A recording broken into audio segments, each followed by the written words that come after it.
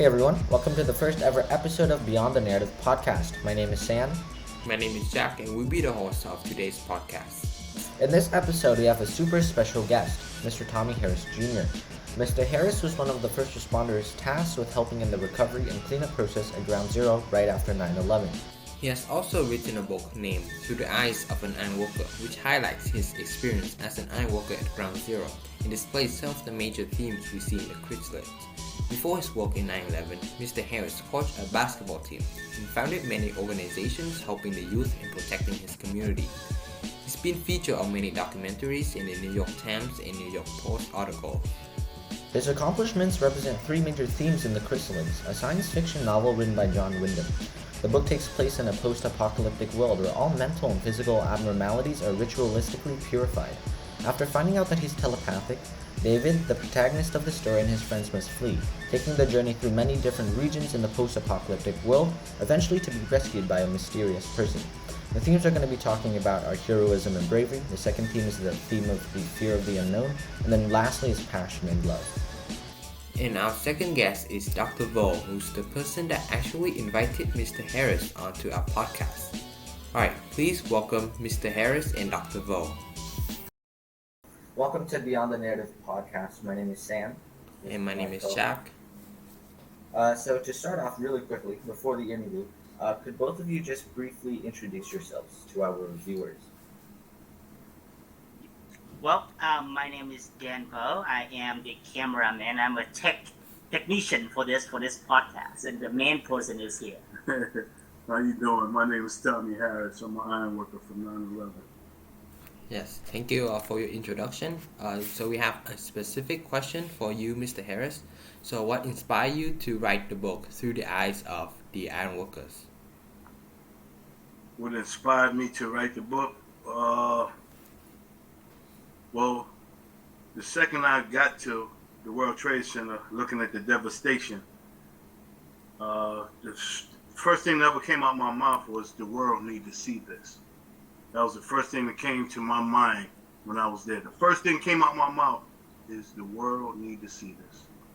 And I knew right then and there I was going to do something for the world to see what I see.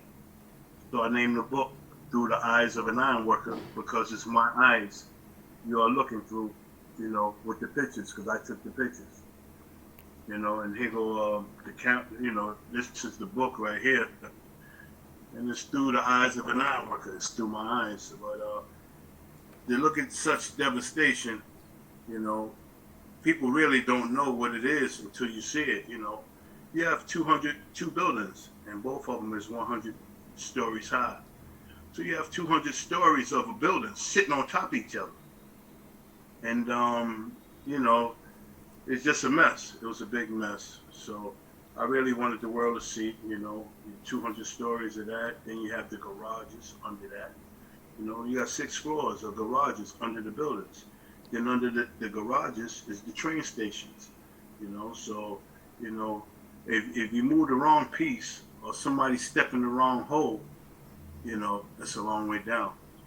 So for me, I didn't want nobody next to me who didn't know what they was doing. Yes, thank you for sharing, Mr. Harris. Alright, let's get right into the interview. So first, we'll talk about our first theme, which is the theme of bravery and heroism. So one of the main themes in the book that we're reading is The Chrysalids, is bravery. So we can see this in the book and many of the things that you have done. So let's talk about some of these things. Alright, so to start off this segment, as an ironworker, what were you specifically assigned to do at Ground Zero? Well, the first thing that had to be done was it was a rescue operation. So basically we're trying to find anybody who's alive. And that went on for the first couple of weeks. Any survivors. I didn't see any myself, but we did find quite a few bodies, especially one fireman captain, son. He came over there and asked us to look in this area where we was working for his son, and we ended up finding his son the next day. So that was, I felt I felt sad, but I was glad he was able to take his son home in one piece. So that was pretty good. I mean, if anything is good about that. So, being a hero, nah, not me.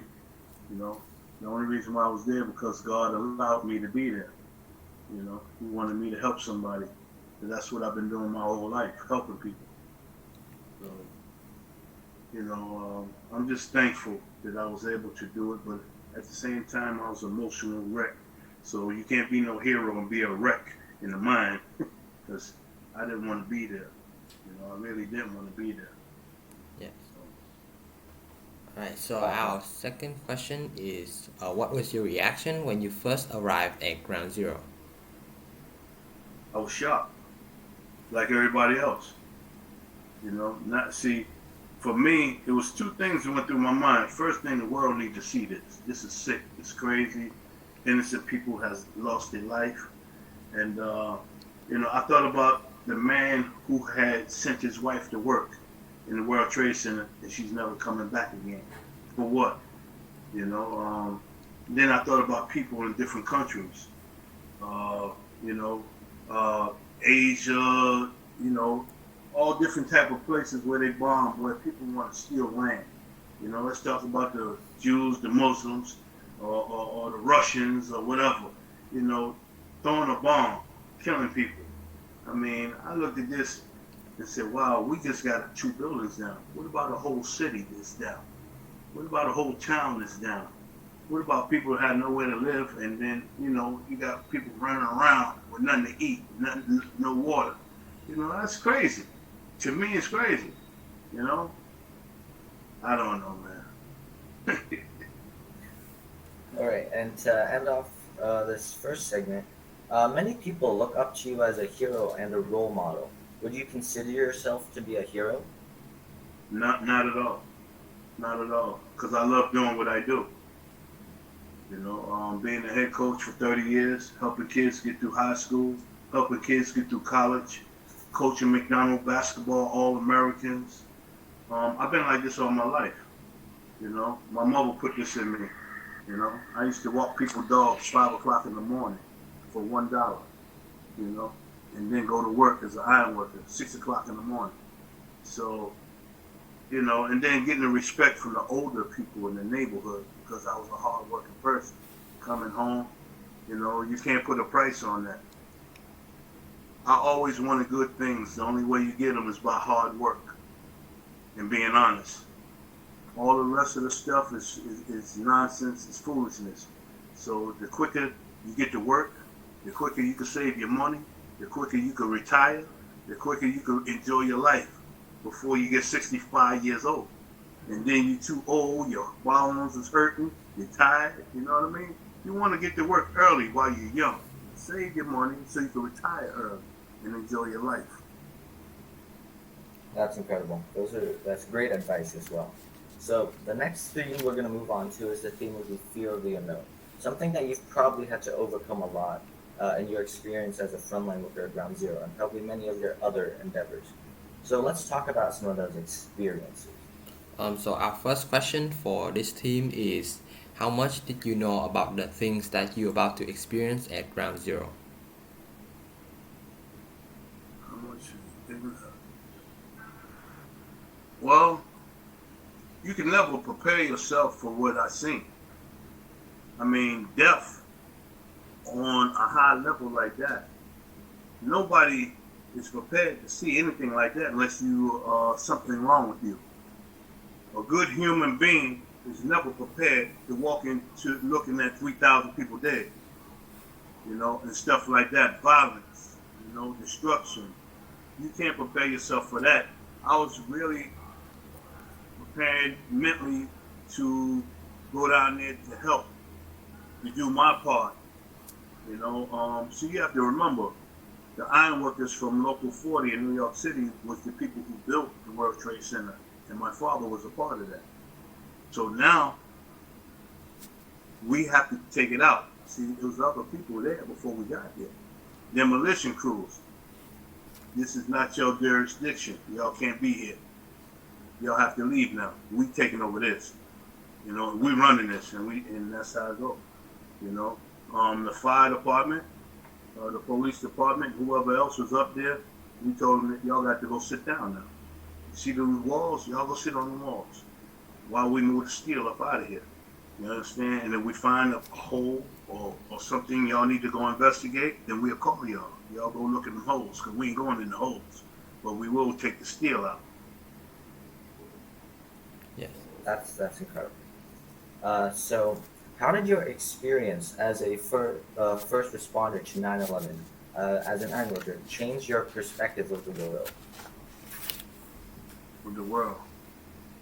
Well, I had two different emotions with that.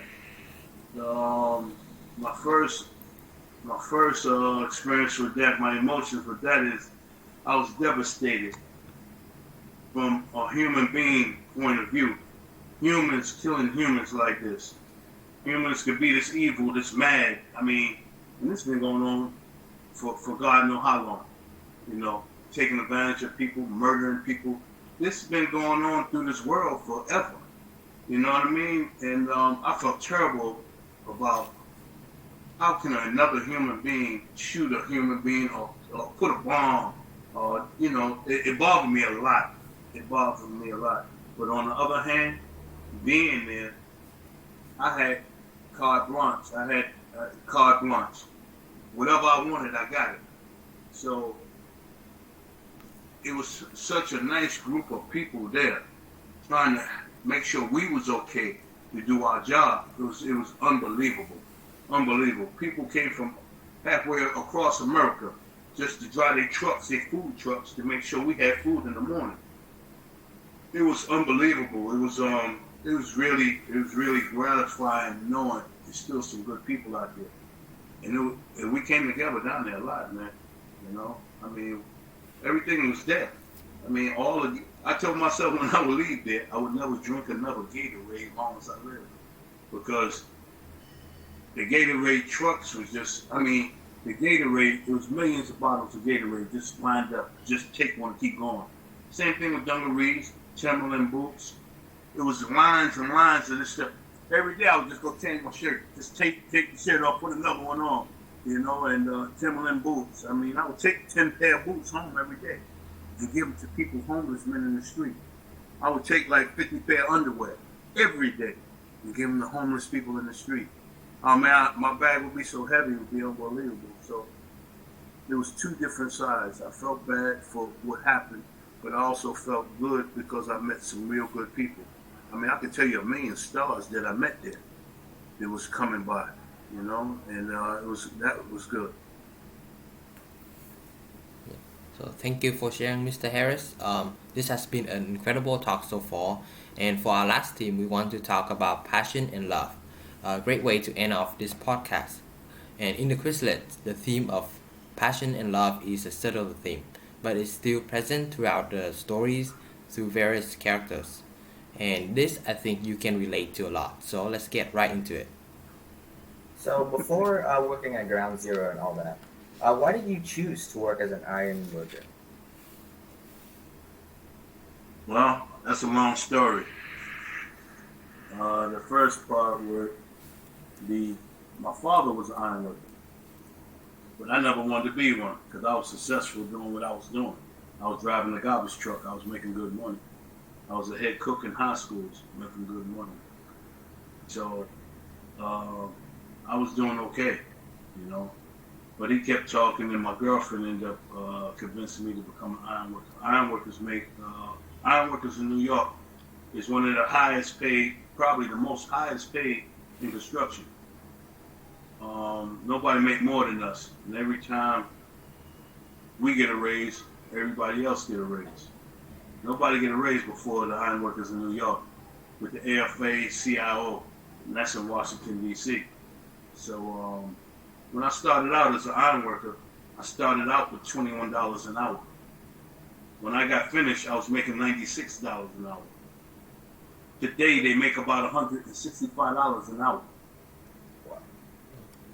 Okay? So that's nothing to sneeze your nose at.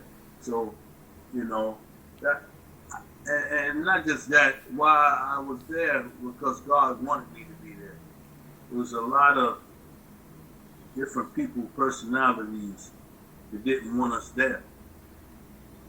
And they had to deal with me. First, they had to deal with my father. I can show you a picture of my father right now. This karate geek right now from Okinawa on the wall up there. You know, my father he was a bad man. Very bad man. Very bad man, boy. Yeah, he was something to be dealt with. But he's a quiet, low-key man. And you would never know. See, those are the dangerous people. The quiet ones that you don't want to bother with. But yeah, it was a good job. It was very rewarding. Being up on the iron, you know, because I was the loudest person on this job site. I get to singing. You can hear me 40, 50 floors down. I get to singing, acapella. Man, I loved it. But it was hard work, but it was clean money. Dirty work, I call it, but clean money. Honest money. See, this is the type of job you could get anywhere. You could go anywhere. Whatever you want, you could get it off this job. You don't have to kill yourself. You see, a lot of people don't want that because of the way society is in America. See, a lot of people don't want you to have nothing. But see, I'm the type of person, nobody's going to deny me or tell me what I can have in this life. The only person that's going to tell me that is God. As long as I believe in God and I listen to what He has to tell me, I'm going to be honest, I'm going to go to work, I'm going to clean, and I'm going to do what I have to do. You live a good life, you'll be okay. Trust in yourself, trust in God, trust in your mother and father, you'll be fine. You have no problems. And just be careful. Yes. So thank you for sharing. So our last question is, what is the inspiration that leads you to dedicate your life to helping a lot of people in your community, especially the youth? I realized at a very early age, maybe 3-4 years old, that how blessed I was. How blessed I was from a good mother and a good father. See, my mother, she ran a hospital. My father was an iron worker. So I wasn't no big shot or nothing, but I wasn't hurting for no money either. My mother taught me how to make my bed, be respectful, clean my room, clean my house, and I got paid for it. I got allowances. I would take that allowance at the age of 4 or 5 years old, going to school, and I would share it with the kids in the school. Especially the ones I see had holes in their sneakers, holes in their pants, the hygiene wasn't right. That started way back then. Way back then. And I'm very thankful, man. I'm so thankful you have no idea. I don't even want to talk too much about that because I might start crying. And yeah, I was very honored and very blessed to have such parents, but I was also very honored and blessed for God giving me the heart to wanting to give to other people. You know, there's nothing like sharing what you have. You can't take it with you, share it. Enjoy watching the joy from somebody else's face. That goes a long way with me. That's inspiring. That's really inspiring. Yes. So thank you for sharing. You have dedicated your life to helping a lot of people in your community, sometimes to brave actions. So this can be seen also demonstrated in many themes that in the book we're reading. Both Jack and I want to thank you and Dr. Vo for coming on our podcast and talking and answering some of our questions. It's really awesome to be able to talk with you and let it. Oh, it's my pleasure. It's my pleasure. Now, would you like to see some of the billboards, some of the news clippings I was in? Would you like to see that? Yes. Yes. Yes. That would be awesome.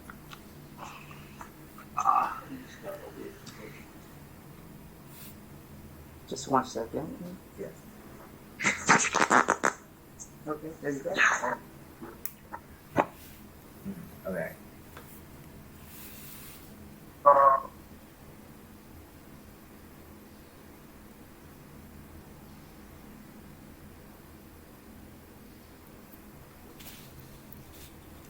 I think we cannot hear you. Yes. Is the mic? Can you hear me now? Yes, we're good now. Yes. We're good now. Okay. That's okay. This is Mr. Salvador Casenko. He's the fire commissioner of New York City back then. and he was endorsing the book that I wrote. He was blown away that I wrote this book. I was in his office, so that was real nice. He actually gave me this gold medal, and he only gave out a few in the whole time he was there, and he gave me one. I just happened to wind up getting one. It was a medal specifically made for the World Trade Center, and I was very happy to have one of those. This second one here is how many firemen died in the World Trade Center when the building collapsed. 343. That's exactly how many firemen died from the collapsing of the building. Okay, now this one here is the New York Times. I just happened to be on the phone telling the president of my union I didn't want to be there no more. And there happened to be a reporter standing next to me listening. And she ended up asking me my name and wrote this article of the New York Times on me. I couldn't believe it. Now, saying that, somebody else from another news article who did an interview on me was reading my name, and they called me and told me about this interview. And that would be this one. This would be the Reader's Digest. These people, this was the first interview, the first day I left there. So these people was having their breakfast when they was reading the New York Times, which is a big time newspaper. And that's how I found out about that one. So, and then I was at work one day, and this one of my buddies called me up, and his wife was reading the New York Post, and they had me in the New York Post called The Man of Steel. I didn't know I was in there. I didn't know I was in there, And then you have this one. This is from Harlem, New York City. It's called the Amsterdam News, where they was endorsing the book and stuff like that. No, this is New York Press. It wasn't Amsterdam News. New York Press. This is in Florida. So they came to my house and they did an interview on me on that. This one was the Amsterdam News from Harlem with me and my cousin Kendall. We had done an interview there as well. And then down at the World Trade Center, we did this one as well. And another thing, one of my neighbors came and they was reading it, the guy post, and they said I was in it.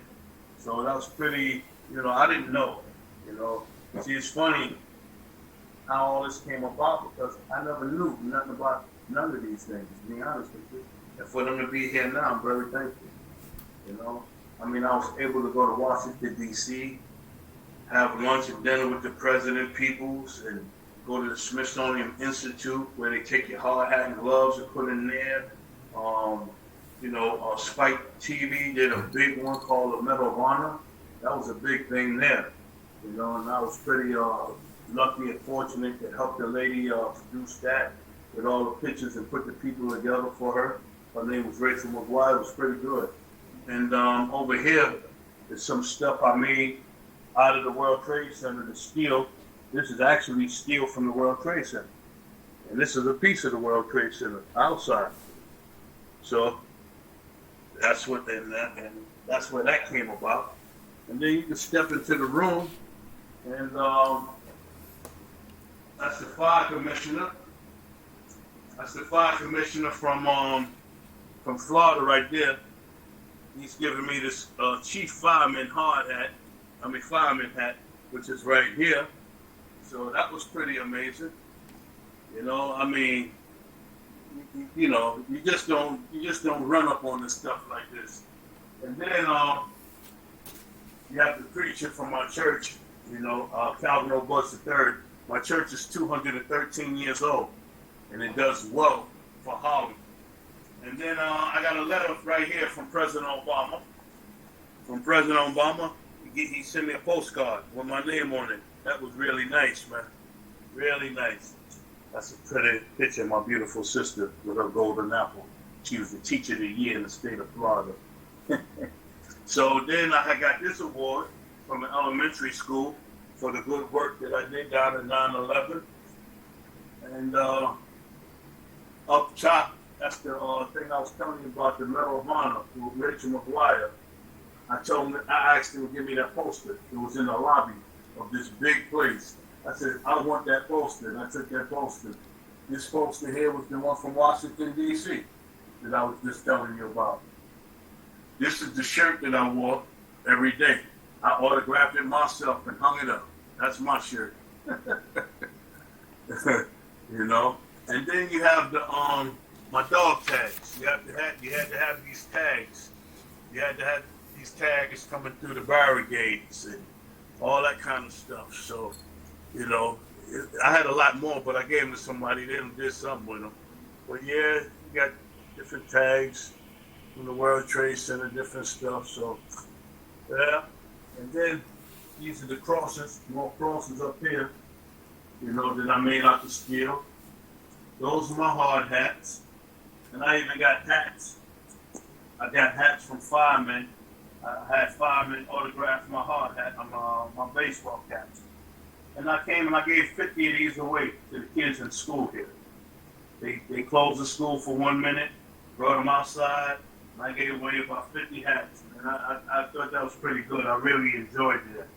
You know, looking at the kids' faces, giving them these hats with the firemen autographing them. So that was pretty nice for me. But as you can see, I'm very thankful. I take them for granted, you know. And hopefully we can live better and do better, you know, as a people, you know, as people and human beings. Maybe we can get back to loving each other. Because today it's rough. It's rough, man. The way things are going in this world today, I'm talking about all over. But we'll be okay. Wow. We'll be okay. Wow, that's amazing. Thank you, Mr. Harris, for showing us around your accomplishments. And talking with us. And Yes. everything. Yeah, that was incredible. Yeah, my pleasure. Do y'all watch basketball? I watch a little bit. A little bit. Oh, so you don't know nothing about Shaquille O'Neal, huh? No, I definitely know him, yeah. Oh, you know Shaquille O'Neal and Charles Barkley? Yeah, no, I know the star players. Oh, you know the stars. How about that Shaquille O'Neal jersey right there? He gave it to me. Wow. Wow. How about Charles Barkley? You ever heard of Charles Barkley? Yeah, I've heard of him, yeah. That's awesome. Yeah, that's his jersey. He gave it to me too. Ah. You know. How about Jason Kidd? You ever heard of him? Yeah, yeah, yeah. Crazy. Yeah, that's his jersey. He gave me that. Vince Carter. And how about Chris Paul, CP3, playing with Phoenix? Yeah. Nice. Yeah, that's his jersey. He gave me that. You know. How about Dwayne Wade? You ever heard of Dwayne Wade? I think so, yeah. Yeah. Dwayne Wade? That's awesome. That's him right there. How about Dwight Howard? He played with the Lakers with Charles, with what's the boy name? LeBron James. Wow. Yeah. That's Dwight Howard jersey right there. I'm sure y'all probably never heard of Julius Erving, the doctor. Oh, yeah. Huh? You heard of the doctor, Julius Erving? No, I've not heard of that one. Yeah, he's the best one in this room. He's right there. Yeah, he's the best one in this whole room. Out of anybody. Yeah, he was the doctor. He come out of New York City, Harlem. He's a bad boy. He's a bad boy. The seats come from Yankee Stadium. They come from Yankee Stadium. So that's it. You know, that's me at the game with the mascot for the Nets. We was hanging out. That was my boy Sly. Yeah, he was a good dude. But anyway, I just want to share that with you, brothers. Yes. Thank you for sharing, Mr. Harris. That's really awesome. It's my pleasure. My pleasure. If you ever want to talk to me again, come on by. Come on to America and we sit down and we'll talk about it. We talk about it. Y'all more than welcome. God bless you. Maybe one day I can go there with your uncle. He'll take me there to see y'all. Yes. That'd be awesome. We'd love to meet you here. Yeah. That would be nice. God bless both of y'all. Keep doing what y'all doing. Yes. Stay smart, stay in school, Stay close to your parents. Stay close to God. Save your money. Live good like a human being. Respect people. And you'll be fine. If you turn out anything like your uncle, you'll be A-okay for sure. Alright, that's great. Thank you for your advice. Alright, thank you. All right, God bless you. Now I'm going to recap everything that Mr. Harris has said and talk about its relevance and connection to the chrysalids. At the end, we will provide a lesson learned from all of the experiences in the novel. So first, let's talk about the theme of heroism and bravery. So just from learning a little bit about Mr. Harris and talking to him in that interview, we can see that he's proved a great deal of bravery. The first thing that had to be done was looking for, it was a rescue operation. So basically, we're trying to find anybody who's alive, who wanted me to help somebody. And that's what I've been doing my whole life, helping people, because I love doing what I do. So his actions of working as a frontline worker at 9/11 to rescue people, to help recover, and help to remove any dangerous iron or anything from the wreckage of the two buildings. It's a really strong reflection of bravery. So we can make that connection and we can say, in the chrysalids, an example of bravery could be Uncle Axel also risking his life, like Mr. Harris, to kill Alan and keep David and his group of telepaths safe from being exposed. So to quote the book there, the quote says, "There certainly was a risk, and it nearly didn't come off. You took a big risk for us, yourself, Uncle Axel, similar to how Mr. Harris took a big risk for himself to help clear the wreckage and help work at the very dangerous Ground Zero."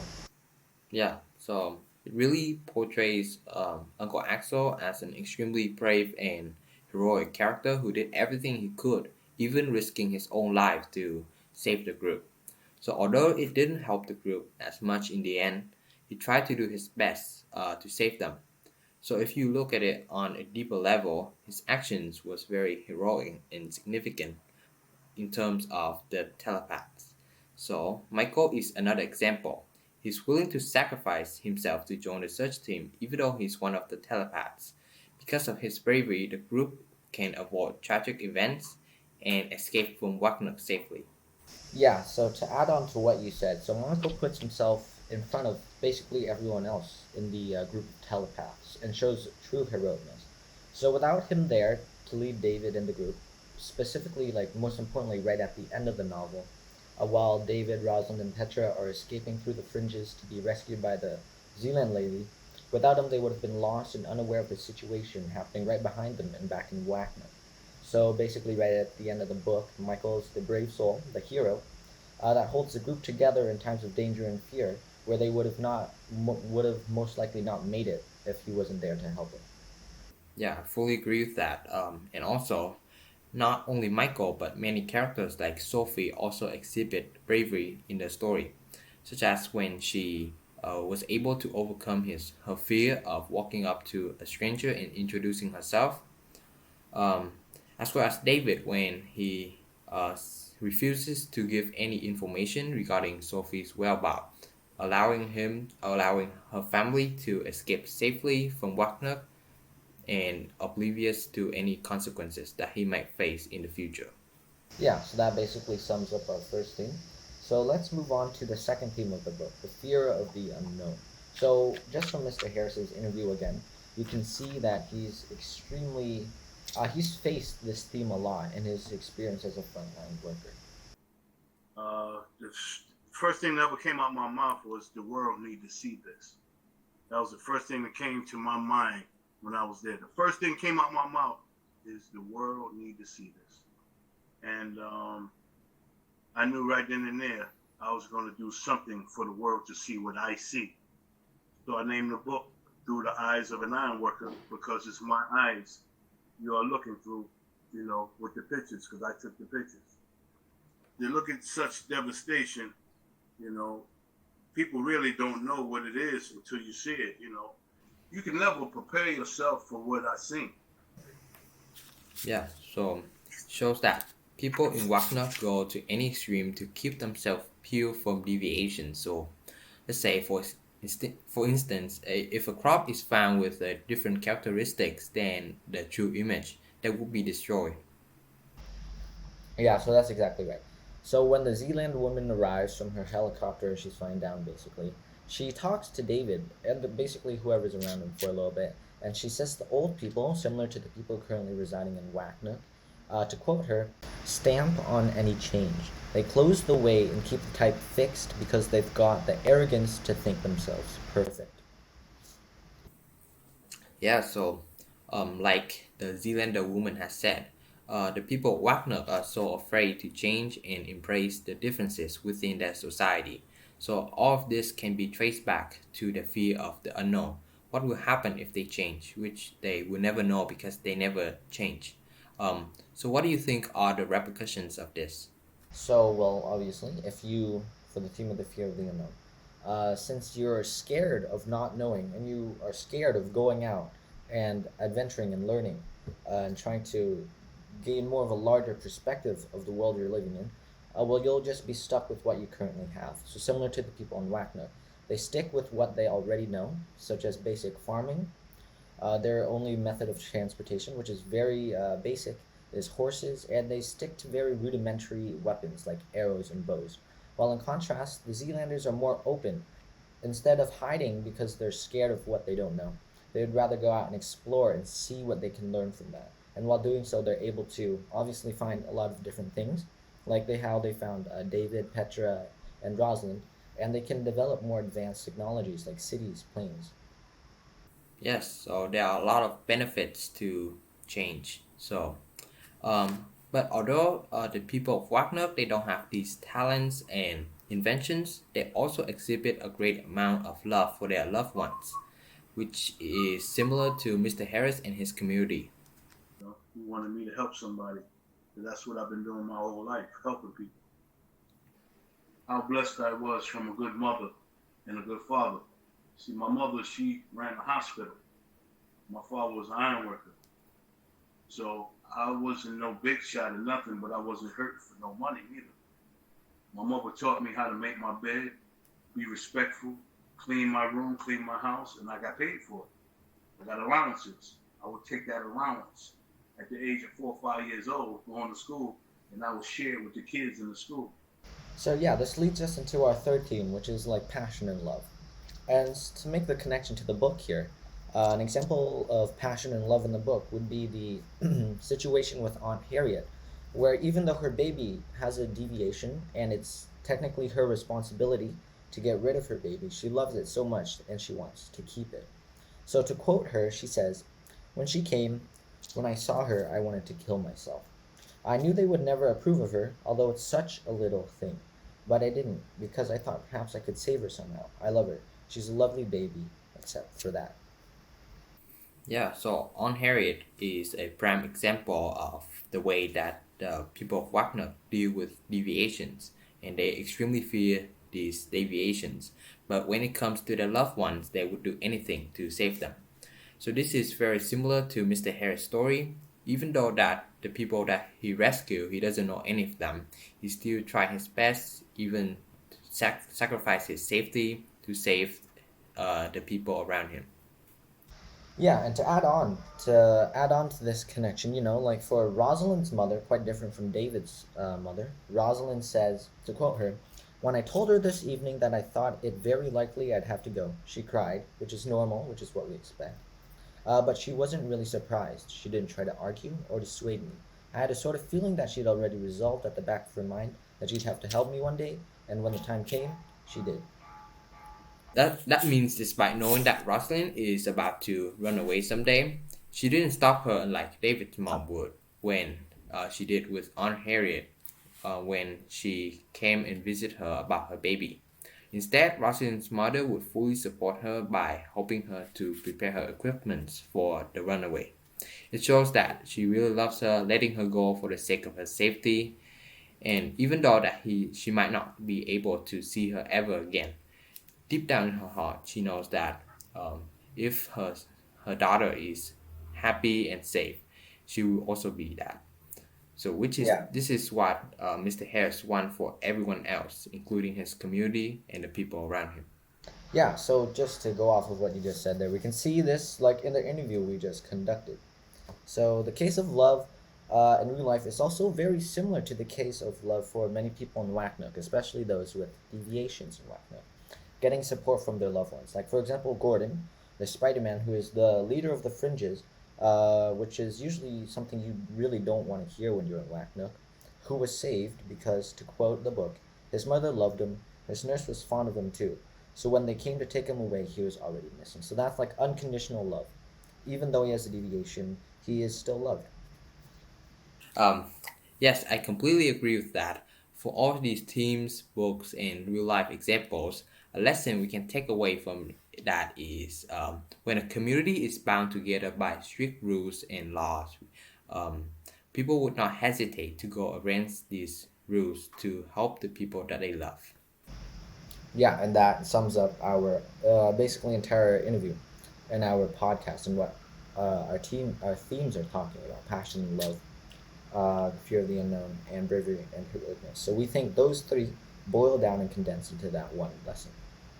So from this interview and talking with Mr. Harris, we see that themes written in the Chrysalids from which was published back in the 1950s, almost half a century, more than half a century later, they're still very present and they're still very relevant in today's societies. So from Mr. Harris's experiences at 9/11. Humans could be this evil, this mad. I mean, and this been going on for God know how long.